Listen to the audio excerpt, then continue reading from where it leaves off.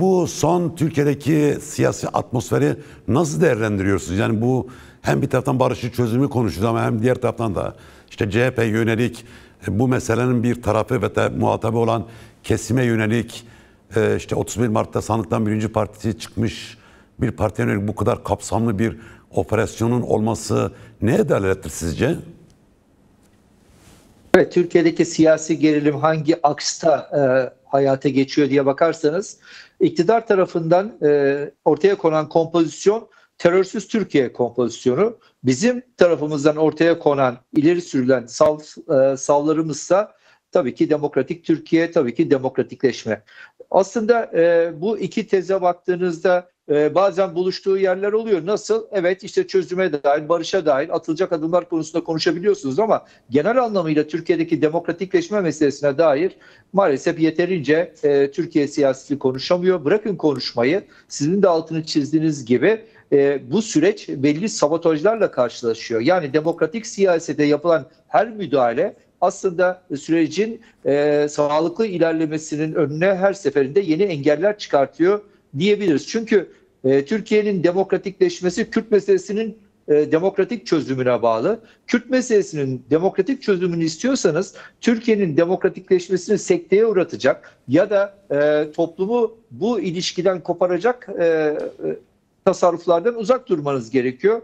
Altını çizdiniz. En son İzmir'de Büyükşehir Belediyesi'ni eski dönem Büyükşehir Belediye Başkanı'na yönelik 157 kişinin gözaltına alındığı bir operasyon. Yine bir şafak operasyonu. Yani şafak operasyonları devam ediyor. Dolayısıyla bu yerden, bu açıdan yaklaştığınızda gerilimin nedeni de ortaya çıkıyor. Yani Türkiye'de bu süreç demokratikleşmeye muhtaç bir süreçtir. Türkiye'nin demokratikleşmesinin yolu Kürt meselesinin demokratik çözümünden geçmektedir. Sayın Öcalan bu konuda çok tarihi önemi olan çok güçlü bir adım atmıştır. Çağrısıyla sonrasındaki gelişmeleri de izlediğimizde bu açıdan gerçekten önemli gelişmeleri Türkiye 27 Şubat'tan bugüne kadar yaşamaktadır, yaşamaya devam ediyor. Önümüzdeki günlerde de buna dair gelişmeler olacak. Fakat bu gelişmeleri karşılayacak, bu gelişmeleri güçlendirecek, bunun karşılık adımlarını oluşturacak, beklentilere cevap verecek adımlar bir türlü gelmiyor. Umarım önümüzdeki günlerde bu beklentimizi karşılayacak adımlar da gerçekleşir. Tabii 19 Mart'tan bu yana CHP yönelik başlayan operasyonlar CHP'nin Kürt sorununda çözüm süreci meselesinde tutumunda bir değişikliğe, bir daralmaya ulaştı mı sizce, yoksa hala CHP o yerde duruyor mu yani? CHP'nin Kürt meselesinin demokratik çözümüne dair yaklaşımında bir değişiklik yok. Yani o hatta ısrar ediyor. Fakat ilk günden beri CHP bu iktidar eliyle, mevcut bugünkü rejim ve iktidar eliyle bu konuda umutsuz olduğunu söylüyordu. Şimdi bu yaşananlara bakınca CHP'nin umutsuzluğunun pekiştiğini söyleyebiliriz. Oysa muhalefeti, hatta tüm muhalefeti ve toplumsal muhalefeti bu sürece katmak zorundayız. Yani topyekün bir demokratikleşme, topyekün sorunun çözümüne bir yaklaşım meselesi çok önemli. Başkan da zaten meclisi işaret etmişti. Müzakere zeminlerini işaret etmişti. İlk açıklamalarını hatırlayacaksınız. Bu konuda hem heyetimize hem bizlere gönderdiği mesajlarda bu müzakere zemininin mecliste oluşması, diyalogların güçlenmesi, toplumun sürece katılacak bütün kanalların açılması ve istişareleri, buluşmaların yapılmasına dair. Biz de böyle yapıyoruz. Sürekli müzakere, sürekli istişare, diyaloglar, toplumun bütün kesimleriyle buluşma. O günden bugüne 7/24 DEM Parti çalışıyor. Tabii aynı tempoyu iktidarın ya da diğer muhalefetin, CHP'sinin ya da Yeni Yol'un ya da diğer partilerin gösterdiğini söylemek mümkün değil. İktidar ve CHP arasındaki bu son yaşanan gerilimler aslında bu hareketsizliğin de bir nedenini oluşturuyor. Başka nedenleri de var ama bu da önemli bir neden olarak karşımıza çıkıyor. Evet. Peki barış süreci artık yeni bir aşama geçmeli mi? Evet, böyle bir talep var ama bunun için hangi mekanizmalara ihtiyaç duyuluyor artık? Yani 27 Şubat çağrısı ortadayken, işte PKK kendisi feshetmişken, silahlı mücadele sonlandırılmışken artık beklenen nedir sizce? Tek kanatlı kuş uçmaz. İkinci kanadı bekliyoruz. Herkes bu ikinci kanadın artık biraz hareketlenmesi gerekiyor ki bu barış kuşu da artık havalansın ve uçmaya başlasın. Bunun için yapılması gerekenlerden bir tanesi acil olarak, yani kısa vadede yapılması gereken şeylerden bir tanesi bu komisyonun kurulması. Mecliste sıkça dile getirilen bu komisyon artık kurulmalı, hayata geçmeli ve çalışmalı. Meclis kapanmadan hayata geçeceği konusunda beklentiler yüksek. Bu konuda geçici bir oylaşma da oldu. Şimdi bütün partiler meclis başkanına önerilerini yazılı olarak da verecekler. Biz verdik, teslim ettik.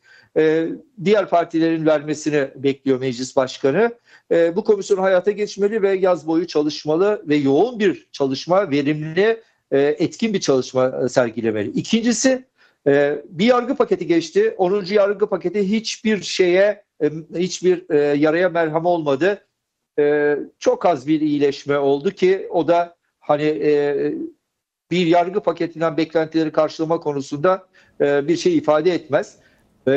Dolayısıyla Adalet Bakanlığı hiç o da tatil yapmadan 11, 12 ne kadar hazırlayacaksa yargı paketleri hazırlamalı. Ceza ve infaz kanununda yapılması gereken birçok düzenleme var. Bu konuda adım atmalı. Üçüncüsü, yasalara ihtiyaç duymayan düzenlemeler başlığı var. Bu konuda çalışmalar yapılmalı. Bunun için yasaya ihtiyaç yok. Sadece uygulamadan kaynaklanan bazı meseleler var. Hatta çoğu kararname nedeniyle, çoğu uygulama nedeniyle Anayasa Mahkemesi bunları iptal ediyor. Yani evet, anayasanın iptal kararlarına bile uyulsa bugün uygulamadaki birçok mesele düzelebilir. Bunun için bürokrasinin ve yargı bürokrasinin özellikle bu konuda gerçekten sürece uygun adımlar atması gerekebilir. Yani bu saydığım 3 başlık öncelikli olarak gündeme alınması gereken, hareketlendirilmesi gereken şeyler. İşte o zaman beklenen adımlarında bu sizin belirtmiş olduğunuz sürecin yeni döneminde başladığından rahatlıkla söz edebiliriz. Evet, tabii çözüm komisyonu gündemde. Meclis Temmuz sonuna kadar çalışması uzattı. Tatil Temmuz sonuna kadar olmayacak. Çözüm komisyonu konusunda bir mesafe alındı mı? Yani birkaç gün içerisinde bir komisyon görecek miyiz? Yani şu an için bizim dışımızda önerilerini henüz meclis başkanına ulaştıran bir parti olmadığı için sanırım bu gelecek haftaya kaldı. Gelecek hafta meclis başkanının bu konuda bir açıklama yapmasını ve komisyonun kurulması yönünde bir adım atmasını bekliyoruz. Evet. Şimdi tabii az önce girişte söyledim, birçok haber sitesinde ve ajanslarda yer alıyor. Kürt halkına Sayın Abdullah Öcalan'ın birkaç gün içerisinde görüntülü bir mesajının yayınlanması bekleniyor. Bir çağrı mesajı, bir içerik olarak olduğu söyleniyor ve buna mukabil olarak da gerilla güçlerinin silahsızlanma konusunda bir adım atacağı, bir şekilde bazı gerilla güçlerinin silahlarını işte bırakacağı konusunda söylentiler var ve de duyumlar var. Sizce bu silah bırakılması yönünde olası adımlar süreci nasıl etkiler, atmosferi nasıl değiştirir? Şimdi tabii konunun muhatapları açıklama yapana kadar biz de medyadaki haberlerle yetiniyoruz. Konunun muhatapları en kısa zamanda bu konuda bir adım açıklama yapacaklardır. Olumlu etkiliyor. Yani şimdi biraz önce de söyledim. 27 Şubat'ta başkanın yaptığı açıklama bütün dünyayı olumlu etkiledi. Hatta geçen gün bir yorum yaptım. Burada da yapayım. 27 Şubat'ta bu adım atılmasaydı İsrail-İran savaşı bir ateşkese dönüşebilir miydi? Ya da Gazze ateşkesinin kapısı aralandı, bekleniyor, her an gerçekleşebilir. Bunun hiç mi 27 Şubat'ta atılan adımla alakası yok? Dolayısıyla adımın ne kadar güçlü olduğu, açıklamanın tarihi adımın ne kadar güçlü olduğunu aslında gelişmeleri bu çok boyutuyla değerlendirdiğimizde görmemiz mümkün. İkincisi, PKK Kongresi, bu da çok önemli bir adımdı. Bu da yine tarihi bir adımdı. 12 Mayıs'tan sonra geldi açıklamalar ve şimdi de bu bahsettiğiniz konu gündemde hem başkanın görüntülü açıklamasının yayınlanması hem de hareketin silah bırakmaya dair bir açıklama yapması ya da onunla ilgili bir tavır ortaya koyması gibi. Şimdi bunların hepsi çok çok olumlu etkiliyor. Yani neden? Çünkü Türkiye toplumu barışını arıyor, Türkiye halkları barışını arıyor. Türkiye'nin ihtiyaç duyduğu barış ve bunun sağlayacağı bir ortamda demokratikleşme. Dolayısıyla toplumda büyük bir beklenti var. Toplumda bu konuya bir destek de var. Bu konuda bir tereddüt yok zaten. Ama biraz önce de bahsettim. Bu tek yönlü yürüyecek bir süreç değil. Yani bunun karşı muhatapları da, devleti de, iktidarı da bu gelişmelere eşlik edecek adımları atmalı. Yani gerçekten mesela İstanbul'da Avrupa'dan gelmiş insanlar var. Başkanı yani Öcalan'ı biz de görmek istiyoruz diyorlar. Göremiyorlar. Birçok insan gidip görüşmek istiyor. Sürecin bu anlamda hızlanmasını istiyor. Yani tecritin gerçek anlamda sonlanmasını istiyor. Diğer taraftan işte komisyondan bahsettim, yargı sürecinden bahsettim, uygulamalardan bahsettim. Birçoğu çok kolay hayata geçirilebilecek adımlar. İşte beklenti de bu yönde. Dolayısıyla işin bir yönündeki gelişmeler gerçekten çok büyük olumlu katkılar, çok cesaretle atılan bu adımların getirmiş olduğu olumlu katkılar var. Ama diğer tarafta bir bekleme hali var. Önümüzdeki hafta bu tarafta da bazı hareketlenmeler olacak diye düşünüyorum. Evet, siz birkaç gün önce, sanırım 2 gün önce yaptığınız bir konuşmada, yanılabilirim gün itibariyle, dediniz ki meseleyi sadece silaha indirgemek, silahsızlanma indirgemek doğru değil. Neyi kastediyorsunuz? Neden böyle bir açıklama yapma ihtiyacı hissettiniz? Şimdi iktidar işte demokrasi, demokratikleşme, özgürleşme, siyasetin özgürleşmesi konularından kaçarak meseleyi tamamen bir terör konseptine indirgiyor ve buranın da olmazsa olmaz koşulu olarak silahların bırakılmasını söylüyor. Artık geçmişin kavramları, geçmişin siyasi kodlarıyla meseleye yaklaşılmamalı. Yani meseleyi bir terör meselesine indirgeyip terörsüz Türkiye ile bu yolu kat etmek mümkün değil. Neden bunu söyledim?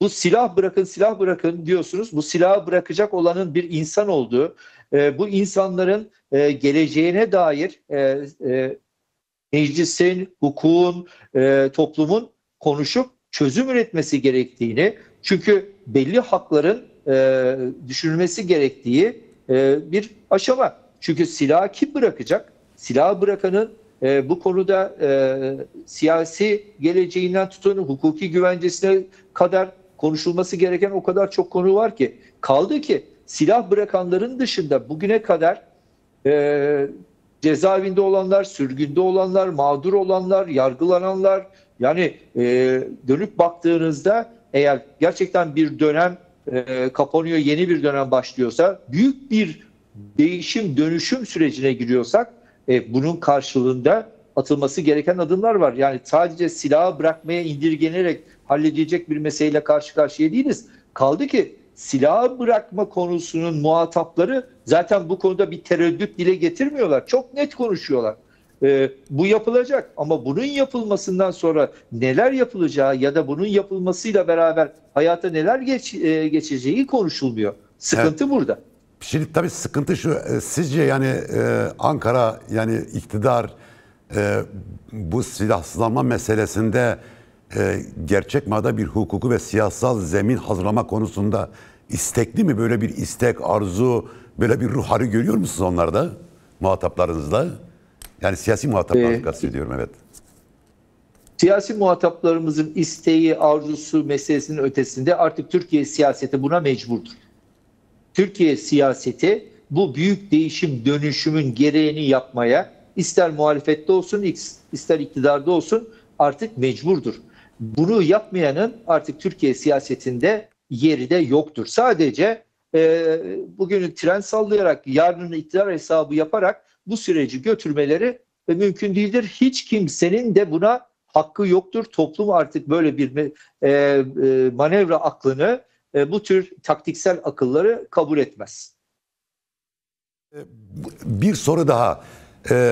Bu meselede toplum, sivil toplum, parlamento dışı insan, gruplar, toplumun farklı dinamikleri, aydınlar, kanat önderleri, iş çevreleri, işveren çevreleri nasıl bir rol oynayabilir? Yani madem ki böylesine bir tarihi moment yakalanmışken burada bir rehavet hikayesi görüyor musunuz? Yoksa hala bu işin tam fikriyatına ulaşmamış bir durum mu söz konusu? Çok sayıda ziyaret gerçekleştiriyoruz. İşte TÜSİAD, MÜSİAD, TOP, Esnaf ve Sanatkarlar Odası olsun, diğer sivil toplum örgütleri olsun, barolar olsun, iki eş başkanımız, sivil toplumdan sorumlu genel başkan yardımcılarımız, hepimiz, herkes çok yoğun bir mesai içinde birçok kesime ulaşıldı. Parlamento dışı siyasi partilere, derneklere ve hala da devam ediyor. Halk toplantıları yapılıyor. Şu güne kadar neredeyse ilk iki etapta 100.000'i aşmıştık. Şimdi binlerce toplantı daha yapılacak. Gerçekten abartmıyorum. Yani inanılmaz bir çalışma içindeyiz. Ve gittiğimiz her yerde sürece olan desteği görüyoruz. Gerçekten toplumun bütün kesimlerinin bu sürece önemli bir desteği var. Araştırmalar da bunu gösteriyor. Sürece karşı çıkanlar, süreci zehirlemeye çalışanların oranı toplumda %6'yı 7'yi geçmiyor.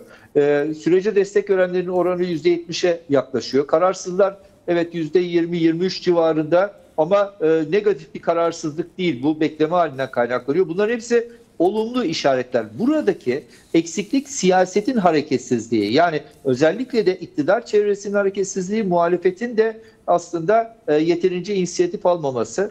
Şimdi sorunuza dönersem destek veriyorlar mı? Evet, veriyorlar. Yeterince inisiyatif alıyorlar mı? Hayır. Bu inisiyatifsizlik hali aslında Türkiye toplumuna biraz özgüdür. Türkiye toplumunda biliyorsunuz yani örgütlü toplum olmadığı için sivil toplum örgütleri olsun, diğer yapılar olsun çok inisiyatifli yapılar değil. Genellikle merkez siyasetin ve iktidarın çeperinde hareket eden yapılardır. O yüzden de siyaset eğer bu durgunluk halini aştığı anda ben inanıyorum ki bu yapılar o dile getirdikleri temennileri, o iyi niyetli yaklaşımları bir inisiyatife, bir hareketliliğe dönüştürebilirler, bir eyleme dönüştürebilirler. Yani barışa katkı anlamında çok çok önemli adımlar atacaklardır. Çünkü gerçekten büyük bir hasret Türkiye açısından bu. Yıllardır çözümsüz kalmış, hiçbir iktidar cesaretle adım atmamış. En sonunda gelen bu 27 Şubat adımı adeta toplumda bir şok etkisi yaratmış. Deyim yerindeyse o gözdeki perdeyi bir açmış. Bunun mümkün olabileceği duygusu her geçen gün yayılıyor.